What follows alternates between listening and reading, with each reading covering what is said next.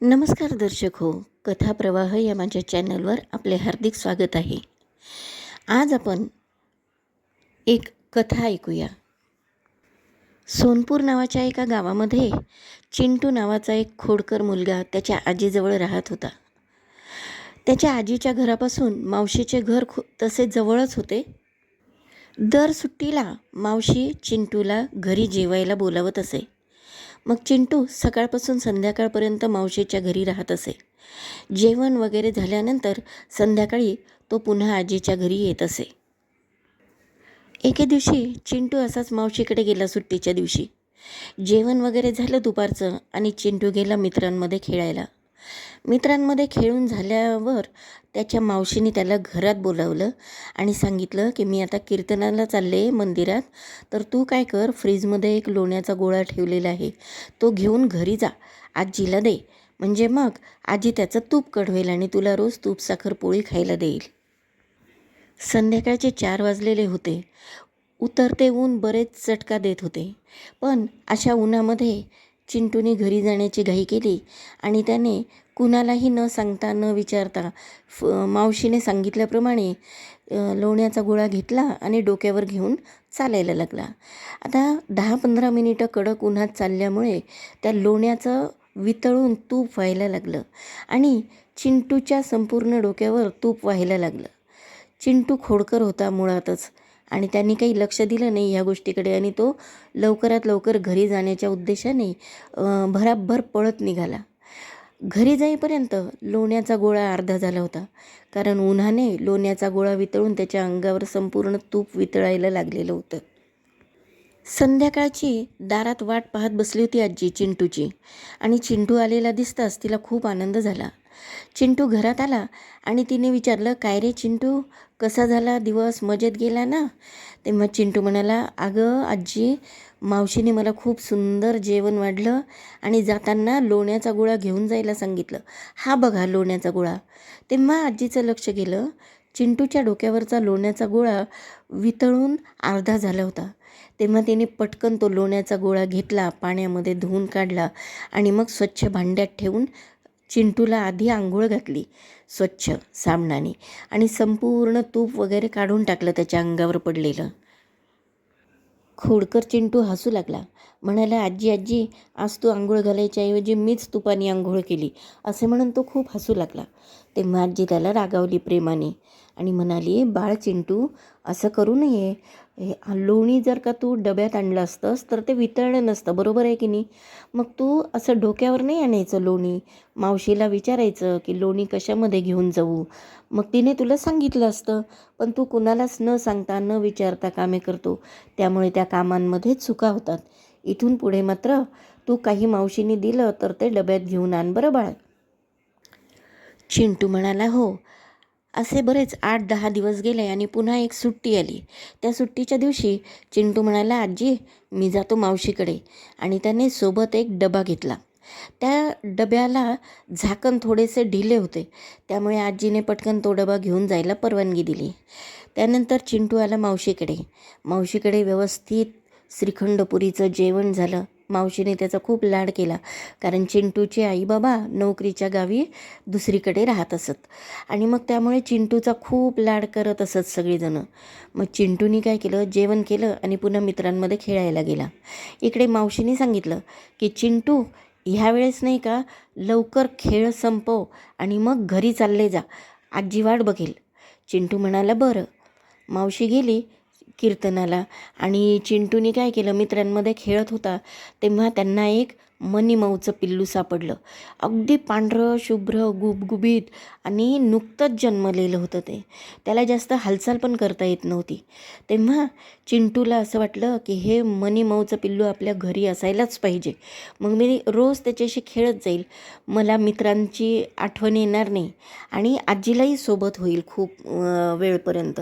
म्हणून मग त्यांनी काय केलं, डबा घेतला आणि त्याच्यात मनीमाऊचं पिल्लू ठेवलं आणि डब्याचं झाकण त्यांनी असं वरवरच लावलं, फार काही पक्कं लावलं नाही, कारण त्याला माहिती होतं की आतमध्ये मनीमाऊचं पिल्लू आहे.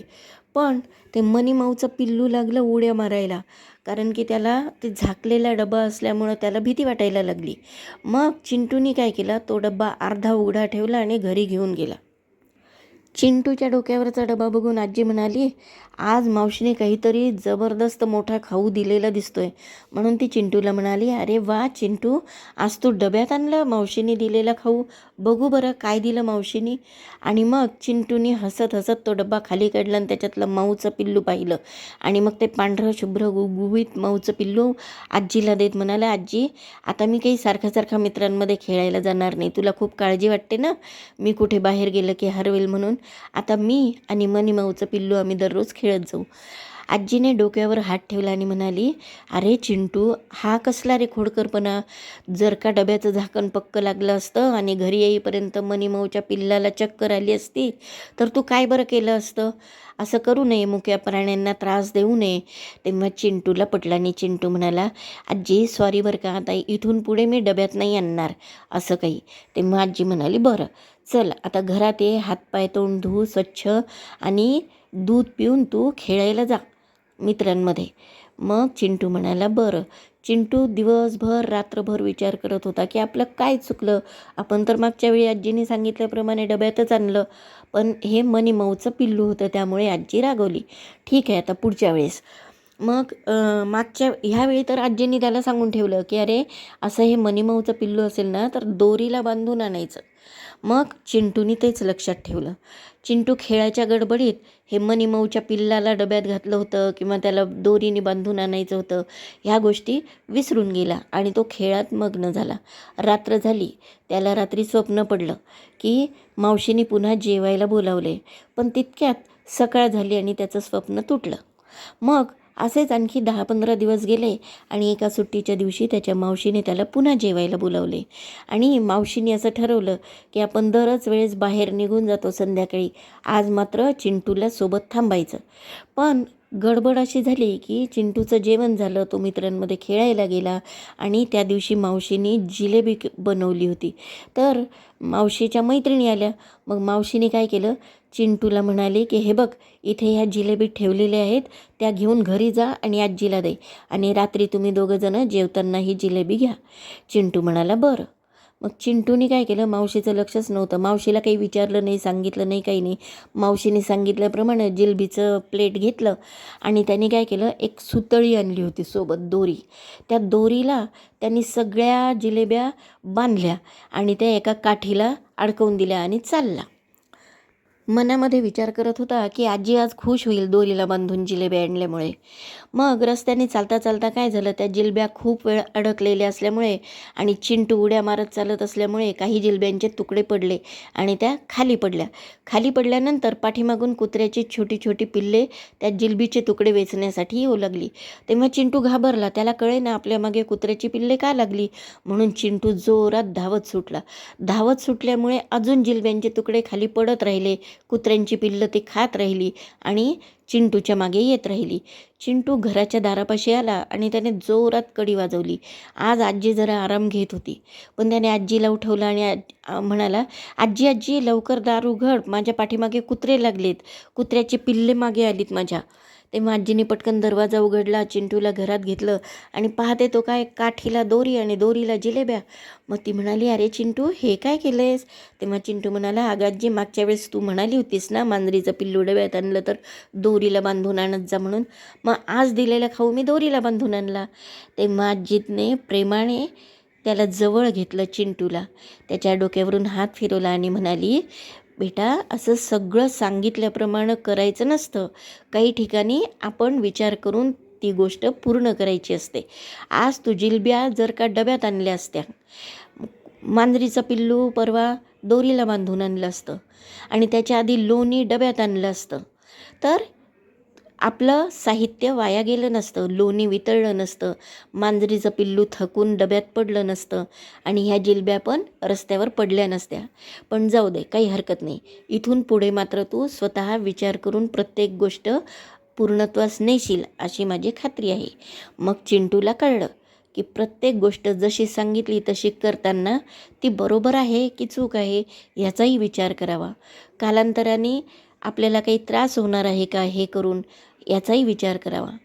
असे चिंटूच्या लक्षात आल्यामुळे त्याच्यानंतर जेव्हा केव्हा तो मावशीकडे जात असे तेव्हा मावशीने काही खायला दिलं की तो आधी मावशीला विचारायचा की हे कशात नेऊ. मग मावशी बरोबर त्याला सांगायची. दूध असेल तर बरणीत द्यायची, तूप असेल तर डब्यात द्यायची, लोणी असेल तर एखाद्या कॅरी बॅगमध्ये गुंडाळून नंतर मोठ्या पिशवीमध्ये द्यायची. अशा प्रकारे प्रत्येक गोष्टीमध्ये चिंटू नंतर हुशार झाला. खोडकर असलेला चिंटू खूप हुशार होता बरं का.